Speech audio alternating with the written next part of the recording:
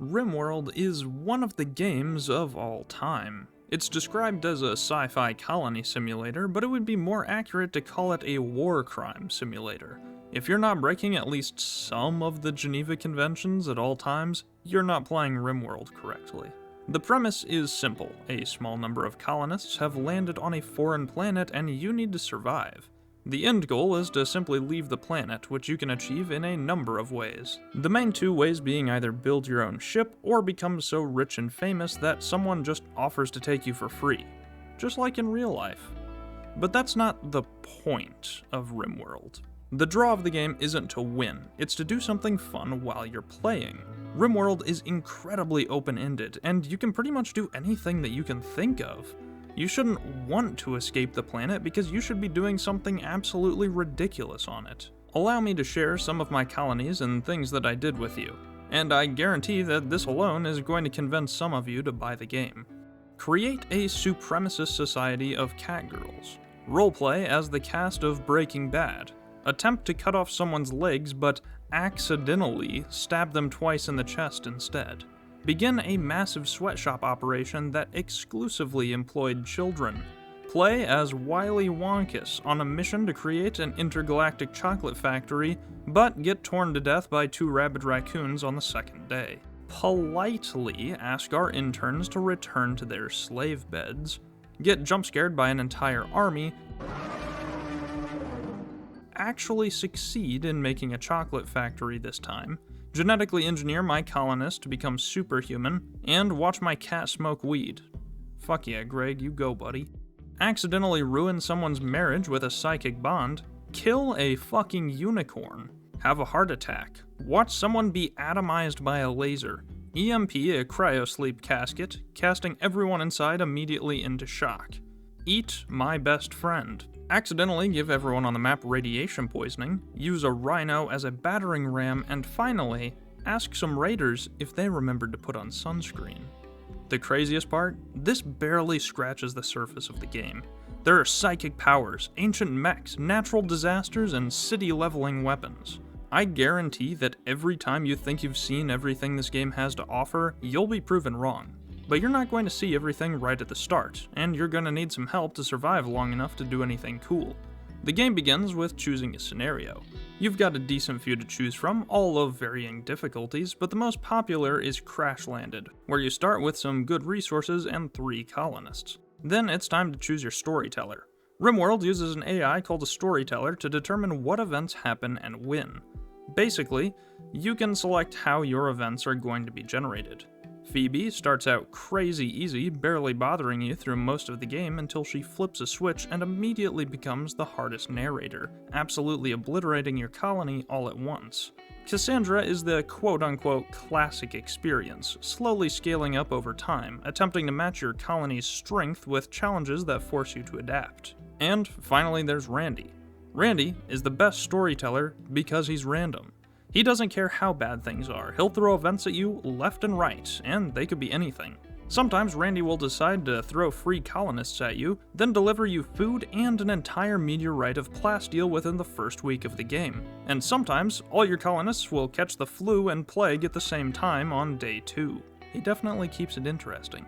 Next, you need to choose where you want to land on the world. Every Rimworld is generated differently depending on the seed, so if you don't like what you see, just generate a new one.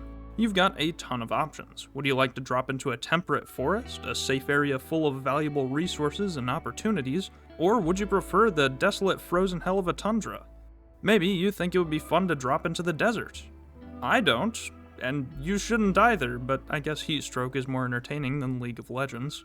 As you can tell, there are a variety of biomes with their own unique challenges, and depending on what goal you're working towards and what difficulty you'd like, you can choose whatever suits your needs. But the final part of your setup is by far the most interesting: selecting your colonists.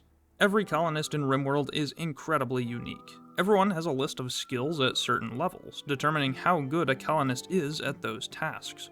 They can be improved by repeatedly using that skill, but their starting value is influenced by a character's backstory. Each colonist has 2 parts to their life, a childhood and an adulthood. These can be incredible, like the free thinker childhood, which adds a total of 9 points to your character's skills. Or turn your colonist into an entirely unusable pile of garbage, like the spoiled brat childhood, which prevents your colonist from doing basically anything. Your colonist can also have passions, which are these fun little fire icons next to some skills. These help your colonists learn new skills faster since they enjoy them. But perhaps the most important thing to pay attention to when selecting colonists are their traits. These are modifiers to a person's behavior, changing how they act and how others interact with them. Depending on what type of colony you have, these can completely make or break a colonist. Some are simply bad, like a permanent mood debuff or slower move speed, and some are always good, like giving a permanent work speed boost. But a lot of traits can be situational. For example, if your goal is to make a friendly colony that avoids conflicts, Psychopath is a mediocre trait because the colonist doesn't get a mood bonus for talking to others. But if you plan on killing, skinning, and eating people in your colony, and then make furniture out of them, Psychopath is fantastic because they won't get a mood debuff for any of that. I would argue that Psychopath is one of the best traits in the game, but maybe that's just because of the way I play. Finally, your characters can also begin with health conditions. These can be simple things like scratches that just make them slightly unhappier, or completely debilitating, able to kill your colonists whenever Randy feels like it. Once you've selected your caravan of meat mannequins, they'll be carefully loaded into their Soviet-grade spacecraft and launched at high speed directly onto the surface of the planet, along with a variety of resources. Congratulations! Now for the hard part, surviving. Rimworld gives you a lot of menus to deal with, and I'm not going to explain all the ins and outs here. You'll need an actual guide if you want to learn. I'm not here to teach, I'm here to crack jokes and make a profit selling meth. Regardless, all good colonies have a few specific needs, and you'll want to get them set up as fast as possible in order to stabilize. These include shelter, a source of food, workshops to produce goods, and some way for your colonists to entertain themselves. Usually, this means a single horseshoe pen for the entire colony. Finally, perhaps your most important workstation to set up is the research station. Once you get yourself settled and stabilized, you can begin to prioritize researching, which is how you unlock new buildings, workstations, and technology to assist you on the planet. The tech tree is pretty long and gives you a lot of options for what you want to research and when. If you live on a river, maybe you should research hydroelectricity, which is easy and efficient infinite power. Or perhaps instead you should jump to geothermal power, which is even more efficient but takes way longer to research. Or maybe you don't need power right now and you want to learn how to make a sharp stick to defend yourself instead. It's usually good to have at least a single colonist researching at all times, as you'll probably find a use for most of the tech eventually at the very least. But while someone is researching, what is everyone else doing? Well, that's kind of up to you. Rimworld gives you a lot of choices, and you need to plan every detail of your colony before your colonists actually do it. Maybe you want to cut some stone blocks, allowing you to build strong and fireproof walls. Or maybe you didn't learn from the last time your base burned down. Do you want to build another workstation first, or should you prioritize making a fridge so your food doesn't go bad? Or maybe you don't need a fridge at all since you're growing rice and corn, which don't spoil for a super long time. There are a million ways to play the game, and they're all valid in their own right, leading to a bunch of different looking bases across a bunch of different looking environments. Although you can't just ignore everything because your colonists have specific needs. If you select a colonist and look at their needs, you'll see a variety of bars. You don't want these to drop to 0, so you really need to get some priorities in order. If a colonist doesn't eat for too long, they'll become unhappy and eventually starve to death. If they don't get enough rest, they might fall asleep on the spot. If they're working all day, they'll take it out on their coworkers, and if your base has too many empty water bottles lying around, they'll get mad and tell you to clean your room. All of these things can influence a colonist's mood, this huge bar up here. You can see what problems people are having down below, and believe me, they'll tell you every tiny issue that they have. These can be big things that could upset anyone, like your dog dying. Don't worry, he just moved to a farm upstate. He's playing with the butterflies now. Or it could be minuscule, insignificant garbage. You ate without a table? Oh no, it's the end of the fucking world. And listen, just because you were eating your former friend isn't an excuse. It shouldn't be that upsetting. Managing what your colonists need is a huge part of the game, and you'll frequently get sidetracked trying to make everyone happy so they stop killing each other. Oh yeah, you might be wondering why you should even bother keeping everyone happy. Can't they just work when they're sad?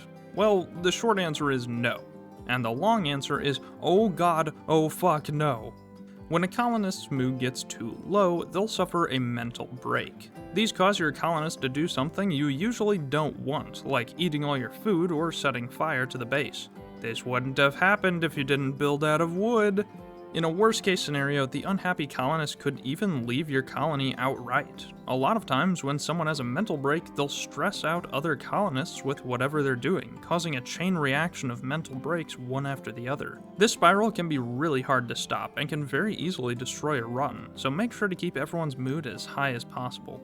Oh, and I forgot to mention that you can't actually control a colonist during a mental break, so you better hope and pray that you don't get raided while someone is upset. The Rimworld is a savage place, and you'll face constant dangers during your stay. For most colonies, these will be weather effects, mechanoid clusters, and most frequently, raids. Depending on how long your colony has existed and how rich you are, these could involve anything from a naked guy with a knife running directly into your line of fire, to an elite strike force of genetically engineered marines that airdrop into your base. The solution for most of these problems is to simply shoot it until it goes away. But you can build all kinds of defenses, traps, turrets, and crazy gadgets to help your colonists in defending their home. What's that bottle? Is the unmatched power of the sun, Fur? The problem is, they're probably going to shoot back eventually. So what happens when a colonist gets hit? Well, it depends on where they get hit. Rimworld has an incredibly in-depth body part system, not just for your colonists, but for everything. From mechs to the deer outside your house, you can rip off limbs, shoot off heads, and harvest specific organs. A limb could be infected, and you can cut it off to save someone. Then you could install bionics to make the limb better than it ever was before. Or just make it a wooden stump. Sure, you can shoot someone in the head and kill them instantly, or maybe you miss and hit them in the leg instead. This'll slow them down, and while it won't kill them instantly, the bleeding will do the job for you within a couple of hours. Missing body parts affect how fast your colonist performs certain actions, and even regular injuries can develop into permanent issues if they're not properly taken care of. It's really interesting, and the health system indirectly causes the most efficient way of capturing someone alive to be recreating that one JoJo meme where they're all beating the guy on the floor. Just go beat this man unconscious, he can't take all of us at once.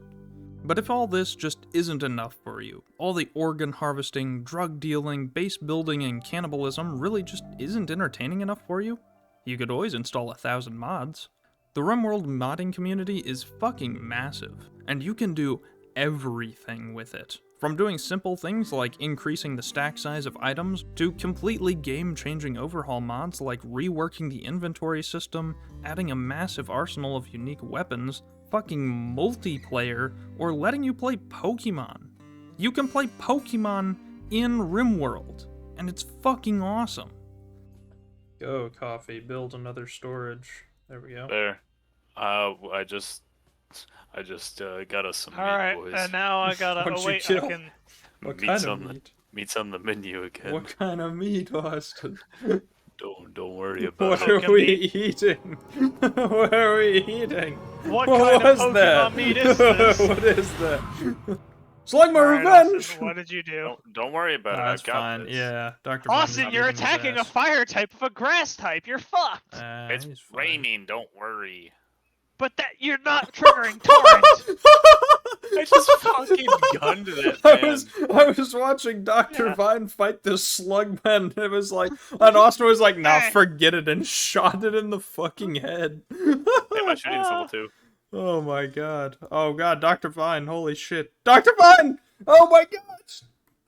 Austin is just shooting. Austin is Wait, hold up, assisting hold up, hold Dr. up. Vine Capture by it. shooting Capture the it. slugma. Motherfucker. I would have left if you Got his missed. ass. Want new hairstyles? Boom. Are you just really, really horny? Bam. Want more endgame bosses? We got you covered. I highly recommend playing default Rimworld for a while before installing mods, but once you get the idea, you should definitely install some quality of life stuff. Stuff like not blocking a door or avoiding friendly fire make the game feel a lot better without affecting the vanilla experience basically at all. And I would be remiss not to mention Prepare Carefully, a mod that lets you completely customize how you start the game, letting you either become incredibly overpowered or do some really funny memes. And there's no better way to destroy your friendships than with the multiplayer mod. It's pretty janky and loves to break, especially when you have a bunch of other mods installed, but hey, it works most of the time and that's all it needs to do. Finally, let's talk about the DLC. Rimworld on its own costs $35, which is honestly pretty good. I think it's absolutely worth it. The issue arises when you find out that it has 3 DLCs. These are Biotech, Royalty, and Ideology. These are $25, $20, and $20 respectively, bringing us to a grand total of $100! Holy shit, think of how many V-Bucks that is! Listen, I'll be honest with you for a second. Rimworld and its DLC are worth $100. This simple little game brings me more joy than almost any AAA title in recent memory. But if you don't have or don't want to spend $100, I totally get it. The good news is that the base game of Rimworld is totally playable and very enjoyable on its own. But if you want some of the DLC, here's a quick rundown. Royalty adds psychic powers and quest lines, Ideology adds a religion system, and Biotech adds new races and gene manipulation. All of them also add new things to build like furniture, clothing, or workstations, and mesh really well together. Although each DLC can also be played completely on its own, so you're not forced to get everything all at once. It might not sound like much, but I promise they all add a lot of content to the game, and while base Rimworld is fun on its own, once you play with the DLCs, there's no reason to ever go back. They strictly improve the experience. If you're looking to only get 1 or 2 of the DLCs, I recommend passing up Royalty, at least at first. While it fills out the game and adds interesting systems, it feels the least impactful out of the 3. Still definitely worth it, but with Ideology allowing you to completely specialize your colony for specific playstyles, and Biotech allowing you to artificially grow catgirls, I feel that Royalty is the last one you should pick up. I want to reiterate one last time that I really do think that the game and all 3 DLC are worth the price, but $100 hurts pretty bad to pay all at once for a video game. Save your money, and if you like the game, you can always buy a DLC or 2 later. All in all, Rimworld is an absolutely fantastic game, and it's one of the most open-ended and complex management experiences out there. Every colony I start has something ridiculous happen, and it's wonderful. There'll be triumph and death, sadness and fire, cannibalism and cats smoking weed. And through it all you can watch your colonists grow, die, and fall apart. And once everything is reduced to rubble and your last colonist lies bleeding out staring up at the sky, you can start a new colony and do it all again, this time with an even sillier goal in mind. Never have I played a game that gives you as much freedom as Rimworld does, all while giving you the tools to either create a perfect utopia or an underground organ smuggling ring. It's awesome, and you should absolutely go check it out. Tell me your silly Rimworld stories in the comments below, subscribe for 3 honor, and until next time, I'll see you soon.